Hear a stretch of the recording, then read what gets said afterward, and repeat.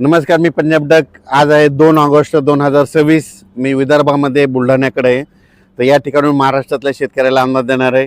राज्यातल्या सर्व शेतकऱ्याला सांगू इच्छितो की म्हणजे आजपासून पावसाचा जोर ओसरणार आहे आणि ठिकठिकाणी सूर्यदर्शन होणार आहे.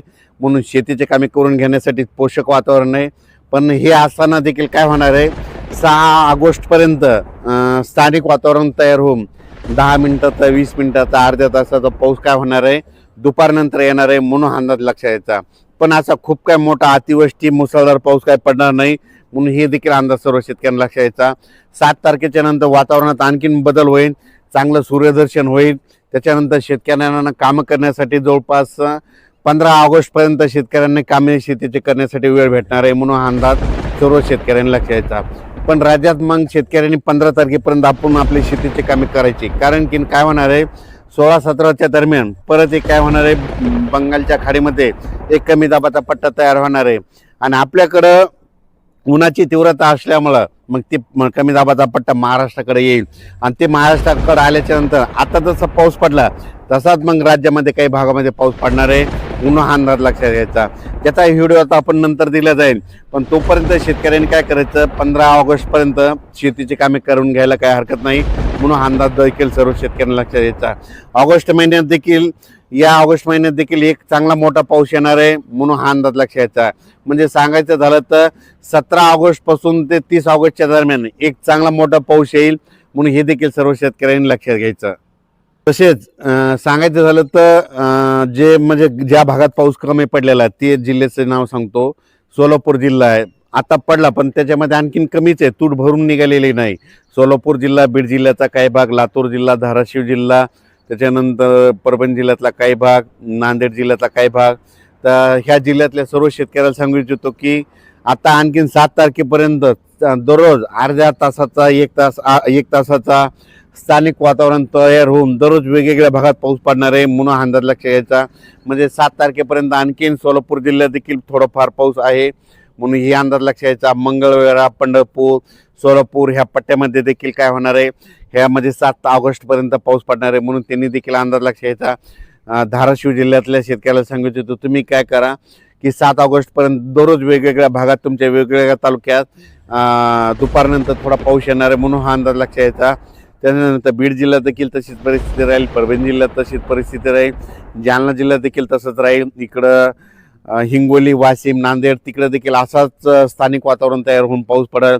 अमरावती, अकोला, बुलढाणा तिकडे देखील चिखली, बुलढाणा, मेकर, लोणार, सिंदखेड राजा, देऊळगाव राजा, इकडं घाटाच्या खाली मालेगाव, नांदुरा, ह्या अकोट ह्या परिसरात देखील काय होणार आहे, दुपारपर्यंत ऊन राहील आणि दुपारनंतर स्थानिक वातावरण तयार होऊन 20 मिनिटाचा, 22 मिनिटाचा थोड्या सरी येणार आहेत. म्हणून हे लक्षात यायचं.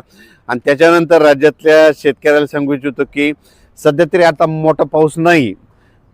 मग मोठा पाऊस कधी येईल की मग 15 ऑगस्टच्या नंतर, म्हणजे ते 17 ऑगस्ट ते 30 ऑगस्टच्या दरम्यान येणार. म्हणून तोपर्यंत शेतीची कामे करून घ्यायला हरकत नाही.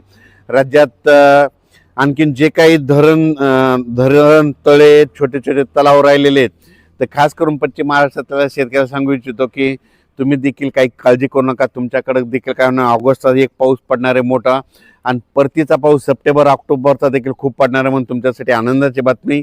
म्हणून हे अंदाज लक्षात घ्यायचा. सोशल मीडियातून काय आलं की अशा अफवा येतात की खंड पडणार आहे. तर तुम्हाला सांगतो, खंड म्हणजे कसं असतंय, समजा आजपासून जर खंड पडला तर महाराष्ट्रामध्ये कुठंच एक पावसाचा थेंब पडत नाही, त्याला खंड म्हणतात. पण तुम्हाला एक सांगू इच्छितो, 7-8 तारखेपर्यंत तर हे पाऊस असा थोडाफार चालूच राहणार आहे. त्याच्यानंतर 13, 14, 15च्या दरम्यान नागपूर, भंडारा, वर्धा, गोंदिया, अमरावती, अकोला, बुलढाणा ह्या परिसरात, त्याच्यानंतर 13, 14, 15ला असा थोडा थोडा पाऊस येत राहणार आहे. मग याला खंड म्हणतात का? खंड म्हणजे कसा असतो की महाराष्ट्रात कुठंच पावसाचा एक देखील थेंब पडत नाही, घाटमाथ्यावर देखील पाऊस येत नाही, त्याला खंड म्हणतात. तर तुम्हाला सांगतो, तसा खंड वगैरे काही एवढा पडणार नाही. म्हणून काही चिंता करायची गरज नाही. पाऊस असाच महाराष्ट्रामध्ये चालू राहील. फक्त काय होईल, आज या भागात, उद्या त्या भागात, परवा त्या भागात, असं करत करत 15, 16, 17 ऑगस्टपर्यंत असाच पाऊस विखुरलेल्या स्वरूपाचा पडत राहील. एकदम पाऊस असा बंद होणार नाही. 15-20 दिवस असा एकदम स्टॉप कुठलाच पाऊस होणार नाही. म्हणून अंदाज लक्षात यायचा. त्याच्यानंतर तुम्हाला सांगतो, एक कमी दाबाचा पट्टा येणार आहे. त्या कमी दाबाच्या पट्ट्यामुळं सरळ ते महाराष्ट्राकडे येत असल्यामुळं त्याचा पाऊस येणार आहे म्हणून काही चिंता करायची गरज नाही. 7 ऑगस्टपर्यंत तुम्हाला सांगू इच्छितो कोकण पट्टी म्हणजे रत्नागिरीपासून पालघरपर्यंत ह्या घाटमाथ्याचा ते पाऊसनं ते चालूच राहणार आहे. म्हणजे मोठं नसणार आहे पण ते पाऊस चालू राहणार आहे.